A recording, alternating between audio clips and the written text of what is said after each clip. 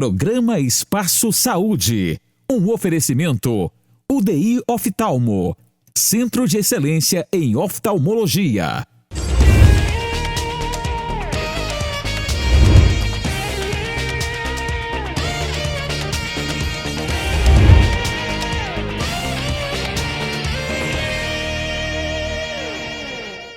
Olá, eu sou Jaciene Dias e mais uma vez você está comigo no programa Espaço Saúde. Hoje nós temos como convidados o oftalmologista Daniel Campos e ele vai falar sobre glaucoma. A gente também tem a presença do cirurgião vascular Kelston Felice e ele fala sobre doenças vasculares. E nós encerramos o programa com uma entrevista com a farmacêutica Kaline Bezerra. A gente vai para um breve intervalo e já estamos de volta.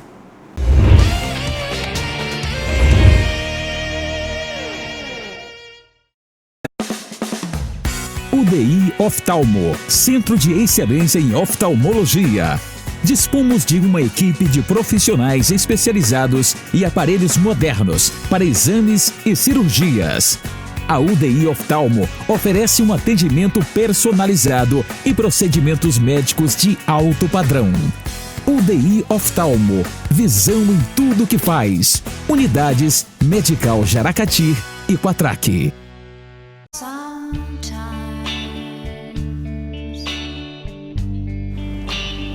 Sometimes everything is wrong.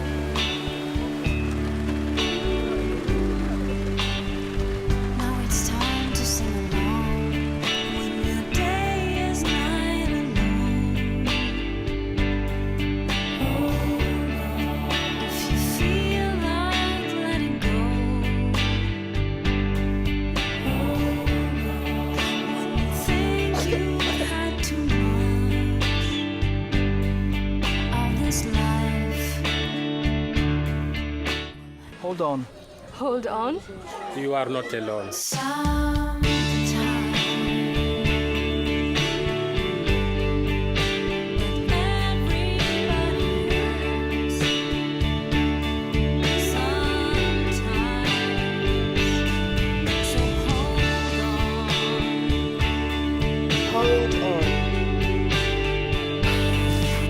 Hold on.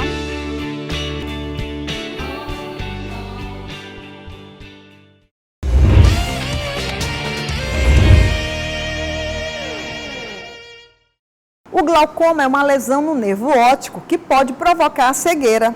O oftalmologista Daniel Campos, da equipe da UDI Oftalmo, dá mais informações sobre o assunto. Acompanhe. Olá, meu nome é Daniel Campos, sou um dos médicos oftalmologistas daqui da UDI Oftalmo, sou especialista em glaucoma, tema que nós vamos discorrer agora. O que é o glaucoma? O glaucoma nada mais é do que um problema do nervo do olho. O nervo do olho é o que transmite a informação dos olhos até o sistema nervoso central, até a parte central do córtex visual, a gente chama de córtex da visão. Essa informação é transmitida através do nervo óptico. O glaucoma é um problema desse nervo que vai determinar alterações no campo visual. Mas quais são os sintomas do glaucoma? O que eu sinto? A maioria dos pacientes não apresenta sintomas nenhum até a doença chegar em estágios avançados. Daí a grande importância em se fazer exames de rotina, exames oftalmológicos, no qual serão avaliados a parte do nervo óptico, nas alterações do nervo óptico e alterações do campo visual. O glaucoma ele se caracteriza por alterações que acontecem ao longo do tempo. No início, a doença se manifesta com alterações microscópicas que nem o médico oftalmologista consegue detectar.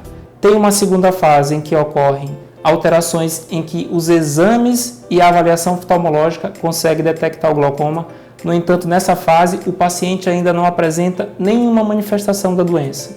E o paciente vai manifestar e vai perceber alterações quando a doença já está em estágio avançado.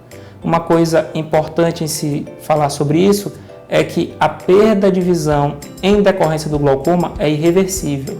Então, quando a gente inicia o tratamento do glaucoma, o objetivo é evitar que o paciente tenha piora de visão e a gente não consegue regredir o que esse paciente já perdeu de visão. Outro questionamento importante quanto ao glaucoma é: doutor, eu apresento dores nos olhos, dores de cabeça, isso é um sintoma do glaucoma?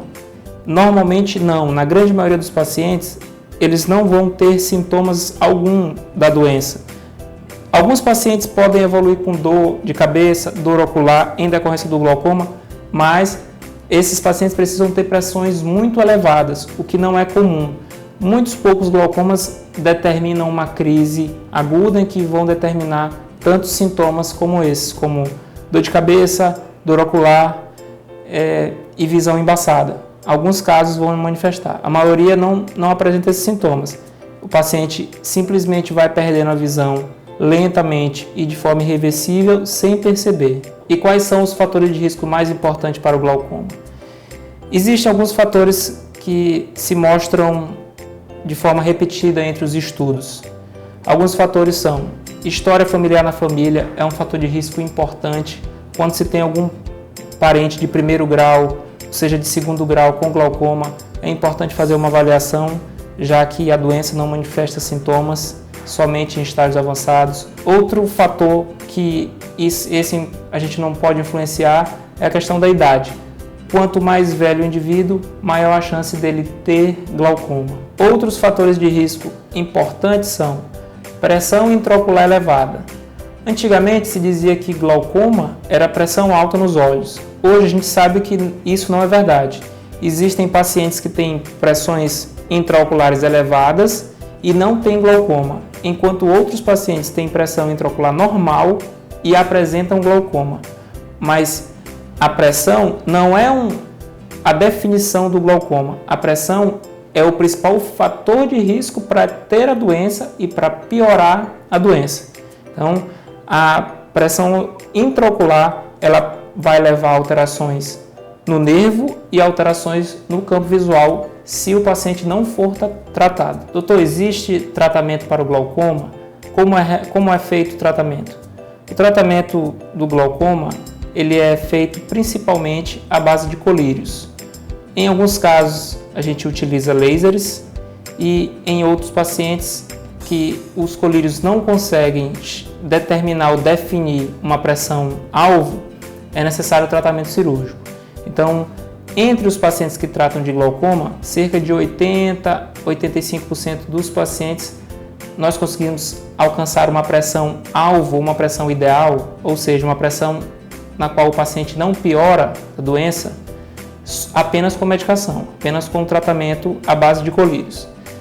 Nós temos diversas classes de colírios e inicialmente começamos com um colírio e vamos acrescentando os colírios na dependência da piora da doença ou não.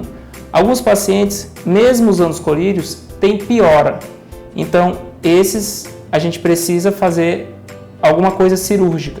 Eventualmente, tratados a laser e em outros casos vão para as cirurgias tradicionais do glaucoma, que são trabeculectomia ou cirurgias de implante de drenagem. Daí a importância de procurar o seu oftalmologista para que faça esses exames e exclua esse diagnóstico. Gostaria de agradecer o Espaço Saúde por nos disponibilizar, falar sobre um tema de grande relevância e estaremos aqui à disposição para trocar ideias sobre outros temas também relevantes na oftalmologia. Vamos ao intervalo e na volta a pauta é doenças vasculares. E o nosso convidado é o Dr. Kelston Felice.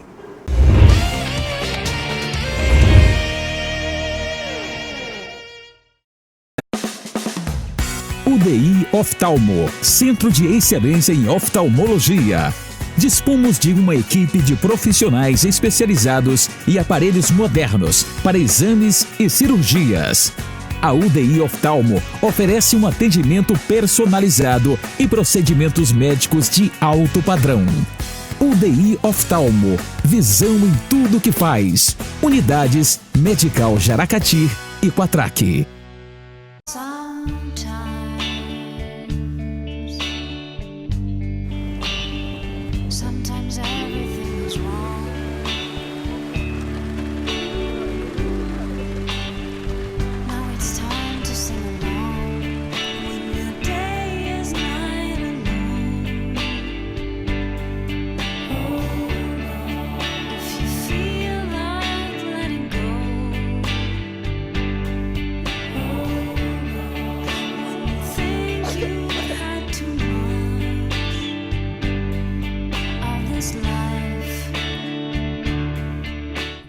Hold on. Hold on. You are not alone.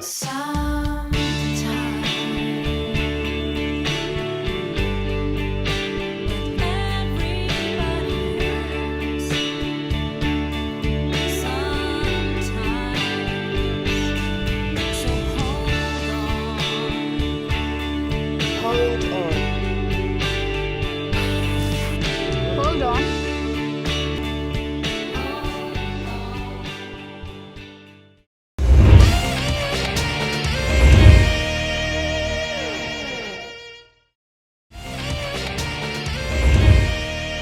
Meu nome é Kelston Felice, eu sou cirurgião vascular, trabalho no Hospital Universitário e também estou presidente da Sociedade Brasileira de Angiologia e Cirurgia Vascular da Regional do Maranhão. Bom, as doenças vasculares são várias patologias que acometem o sistema vascular periférico e elas englobam tanto as veias, as artérias e também os linfáticos. E a gente poderia mencionar algumas doenças mais populares, como por exemplo as varizes dos membros inferiores, as obstruções arteriais, os entupimentos dos vasos, problemas também relacionados a aneurismas, que são dilatações dos vasos, e as doenças cerebrovasculares, no caso as placas de carótidas, também são patologias que são tratadas pelo cirurgião vascular. As causas das doenças vasculares elas são muito variadas, mas existem as causas genéticas, por exemplo, as próprias varizes têm muito a questão genética envolvida e também tem outras doenças que acabam provocando, como por exemplo diabetes, os problemas de aumento de colesterol, as dislipidemias, que podem também induzir essa obstrução arterial. O diabetes, em especial, é uma doença que traz muita preocupação para o cirurgião vascular, porque além dos entupimentos dos vasos, pode levar também alterações do formato dos pés e diminuição da inervação, aumentando o risco do aparecimento de feridas. E essas feridas podem levar ao risco de amputações. Bom, em relação a fatores de risco para o aparecimento das doenças vasculares, existem algumas coisas que a gente sempre tende a perguntar para o paciente, que é em relação ao cigarro, é uma causa importante de provocação de doença vascular, como por exemplo os aneurismas de aorta, que nos pacientes que fumam a incidência de aneurisma aumenta 7 vezes. Então o cigarro é uma doença que tem uma relação muito importante com as doenças vasculares. Além dos aneurismas, também pode provocar as obstruções arteriais. Então todo paciente que fuma ou que já fumou no passado, a gente sempre tem uma atenção especial na investigação, no exame físico e também nos exames complementares para afastar essas doenças, que muitas das vezes o paciente não sente, ele não tem uma queixa definida. E a descoberta da patologia às vezes é acidental, como por exemplo os aneurismas de aorta. Uma pergunta que é muito feita, se existe idade para ter algum problema vascular. E, infelizmente, a qualquer idade, o ser humano pode ter patologias vasculares. É claro que, dependendo da faixa etária, nós vamos encontrar determinados tipos de doenças mais comuns. Então, na infância, até mesmo os recém-nascidos, uma doença vascular que é muito comum são as malformações vasculares. Daquelas, a mais popular seriam os hemangiomas. Às vezes, aquelas pequenas manchinhas que a criança já nasce ou ela passa a desenvolver numa fase bastante inicial. Essa é uma doença vascular e o tratamento às vezes é uma coisa mais simples, eventualmente pode ser até mesmo uma intervenção cirúrgica. Na fase mais adulta, as doenças vasculares já começam a acometer principalmente mulheres jovens em relação às varizes, aparecimento daqueles vasinhos que causam desconforto estético e até mesmo aquelas varizes mais calibrosas que podem levar a sintomas de dor, cansaço, inchaço nas pernas e até mesmo manchas e feridas. Já na fase mais adulta, os idosos, é muito mais comum a doença aterosclerótica, a degeneração das artérias, levando às obstruções e às dilatações. Pensando no tratamento das doenças vasculares, é importante que a gente tenha um diagnóstico preciso para você poder escolher a melhor forma de tratar e também o acompanhamento desses pacientes. Nem toda doença vascular necessita de tratamento cirúrgico. Muitas delas a gente consegue conduzir apenas com um tratamento clínico. e envolve também, geralmente, controle de outras doenças envolvidas. Quando a gente pensa, por exemplo, na doença venosa, as varizes, o tratamento muitas das vezes é o uso de uma medicação, o uso de uma meia elástica, melhora da atividade física, controle do peso, e alguns pacientes podem precisar de cirurgias e às vezes aquelas aplicações que são feitas no consultório para fazer o tratamento dos vasos mais finos. Nos casos, por exemplo, que envolvem tromboses das veias, é importante procurar o médico para fazer o diagnóstico e evitar complicações maiores. E muitas das vezes os pacientes têm que usar os anticoagulantes para evitar a progressão dessas tromboses. Já quando a gente pensa na doença arterial, isso vai depender também do quadro clínico. Tem pacientes que têm obstruções das artérias, mas não necessariamente necessitam intervenções. Às vezes a medicação já é suficiente para compensar essa obstrução, mas alguns deles precisam muitas das vezes procedimentos para revascularizar, para fazer voltar a circulação. E isso pode ser tanto através do uso de stents, de balões, quanto de cirurgias como as revascularizações. Sobre a trombose venosa, como o nome diz, né, o trombo é um coágulo que se forma, no caso da trombose venosa, um coágulo dentro de uma veia. A nossa preocupação é que esse coágulo ele possa aumentar e ele possa se desprender da veia e ir parar no pulmão do paciente, que é um quadro mais grave que a gente conhece como embolia pulmonar. Então, a trombose venosa, além da queixa que os pacientes podem apresentar de inchaço nas pernas e aparecimento de veias de uma forma súbita, ele tem essa possibilidade desses coágulos se desprenderem e irem parar no pulmão. Por isso é importante, quando houver uma suspeita, né, uma condição de risco, que seja feito o diagnóstico e iniciado o tratamento imediatamente. Bom, a minha dica para a pessoa ter uma saúde vascular saudável é que ela procure sempre ter atividade física, com acompanhamento do profissional, né, para não se machucar, que a pessoa tenha um controle sobre o seu peso, né, que faça os exames periódicos, dependendo da sua faixa etária, para evitar aí que tenha aumento de colesterol, que a sua glicemia fique aumentada. E, eventualmente, se você descobrir que tem alguma dessas doenças, que você faça o tratamento adequado. Se você for diabético e tiver o controle da sua glicemia, é muito provável que você não venha ter problemas vasculares em decorrência disso. A mesma coisa as pessoas que têm colesterol alto, quando elas fazem os tratamentos adequados, têm uma vida mais regrada, mais saudável, esse aumento de colesterol ele não vai existir, não vai provocar nenhum dano maior. E procurar o cirurgião vascular quando tiver alguma suspeita, alguma evidência de que tem algum problema vascular, para que ele seja devidamente investigado, né, e que sejam tomados os cuidados necessários para evitar problemas maiores.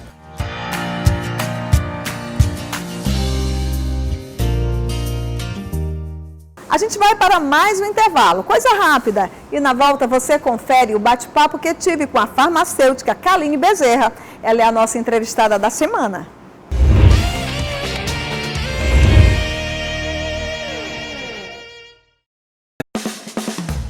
UDI Oftalmo, Centro de Excelência em Oftalmologia. Dispomos de uma equipe de profissionais especializados e aparelhos modernos para exames e cirurgias. A UDI Oftalmo oferece um atendimento personalizado e procedimentos médicos de alto padrão. UDI Oftalmo, visão em tudo que faz. Unidades Medical Jaracati e Quatraque.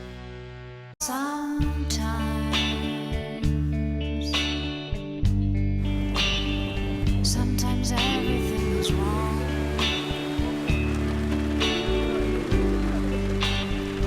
Now it's time to sing along when your day is night alone. If you feel like letting go, when you think you had too much of this life. Hold on. Hold on. You are not alone. Sometimes everybody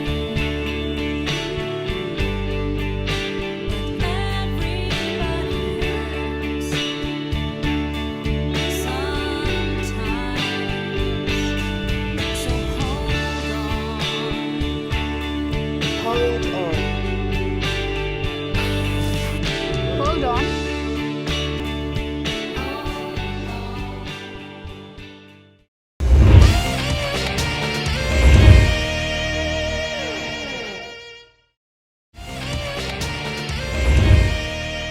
nossa entrevista da semana é com a farmacêutica Kaline Bezerra, ela que é coordenadora do programa Farmácia Viva do Governo do Maranhão e também uma discípula da doutora Terezinha Rego. Seja bem-vinda ao nosso programa. Eu que agradeço, me sinto muito feliz em estar participando desse momento e falar um pouquinho do trabalho, né, e desse legado que a gente está levando para a professora Terezinha.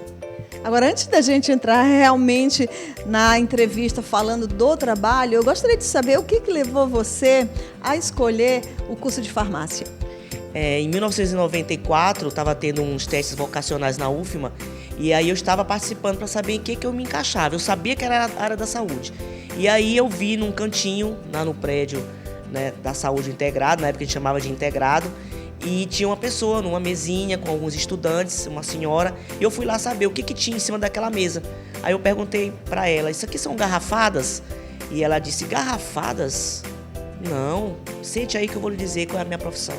E aí ela falou que ela era farmacêutica e que a intenção dela era mostrar para as pessoas a importância de ser farmacêutico. Isso em 1994.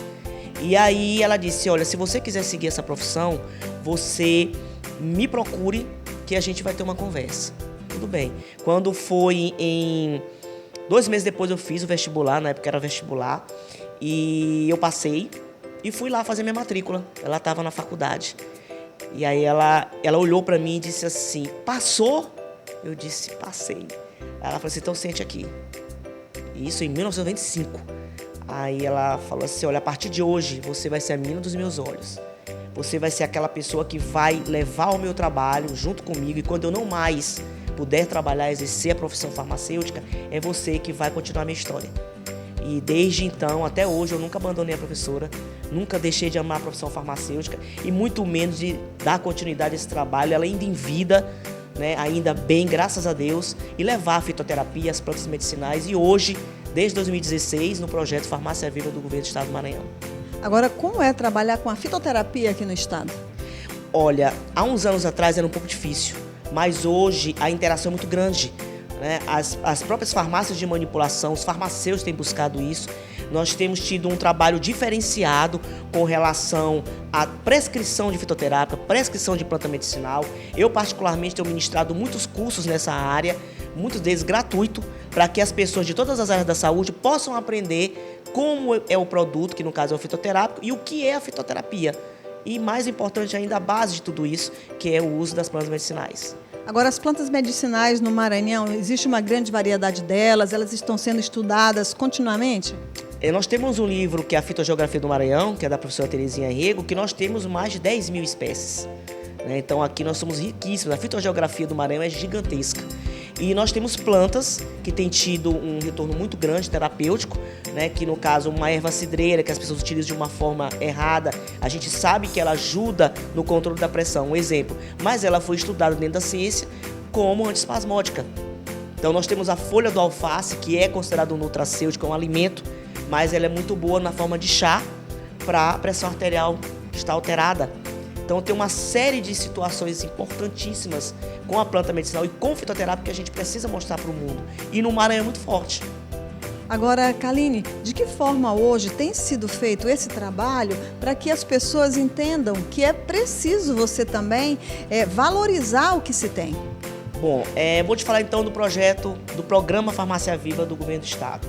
Em 2016, o governador Flávio Dino pediu que se fizesse uma homenagem para a professora Terezinha no governo dele e que fosse algo que cuidasse das pessoas mais carentes, que fosse nos municípios de menor IDH. E aí eu peguei como exemplo o Ceará, que tem o projeto Farmácia Viva, que são dos 3 níveis, só que eu fiz diferente. Eu usei o nome Farmácia Viva, outros terapêuticos, e fiz de uma forma de não ter a dispensação do produto. Hoje nós fazemos capacitações com profissionais de saúde, temos o apoio da Força Estadual de Saúde, que foi onde a Farmácia Viva começou. E a gente vai nos municípios muito carentes, a gente capacita os profissionais de saúde e eles fazem prescrição e orientação com planta medicinal. Então eles associam o medicamento para a doença crônica com a planta. Aquela coisa das pessoas usarem planta de forma errada, hoje eu posso garantir que muitos, por onde a gente passou, não faz mais. E quantos municípios aqui no estado são atendidos? Nós já temos os 30 municípios de menor IDH com a Farmácia Viva. E no todo são 180 lugares, ou seja, nós temos a UFMA, nós estamos com o IFMA, agora recentemente o IEMA, né? Estamos com o TJ, todas as Casa da Criança, que a gente cuida das crianças com planta medicinal. Estamos na Procuradoria Geral em todas as comarcas, ou seja, a Farmácia Viva se consolidou.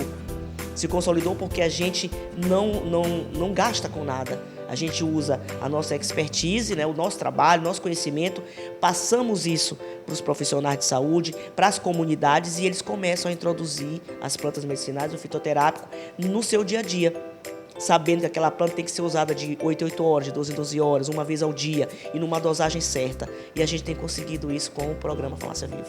Agora, para ter essas plantas medicinais, há necessidade de que se cultive. Existem os hortos, não é isso? Sim, nós temos hoje mais de 45 hortos espalhados no Maranhão. Vamos inaugurar agora em Itapecuru 9. Né? Só em um município a gente vai inaugurar 9 hortos. Mas assim, são canteiros que podem ser 3, 4 canteiros, 1,20 por 3 metros, né?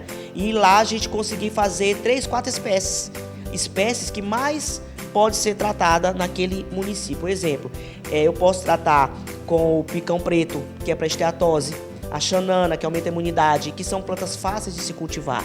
E claro, a gente tem que ter o apoio da Secretaria de Agricultura, Meio Ambiente, a de Saúde, e isso tudo a gente tem em todos os municípios. E aí a coisa vai, né, acontecendo, e aí a gente tem hoje mais de 13 mil capacitados no Maranhão.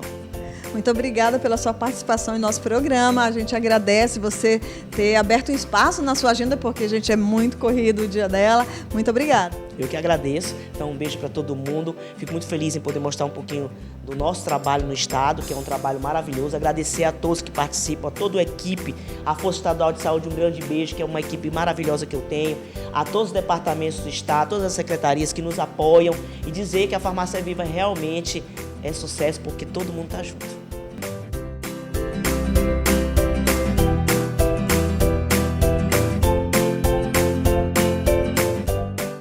E o programa vai ficando por aqui, mas na semana que vem, sábado, às 9h30 da manhã, você tem um encontro marcado comigo aqui na Band Maranhão, com o programa Espaço Saúde. E se você perdeu alguns dos nossos programas, acesse o nosso canal no YouTube. E quer participar do Espaço Saúde? Mande suas sugestões e pautas para o telefone que está aparecendo no seu vídeo. Programa Espaço Saúde. Até a semana que vem.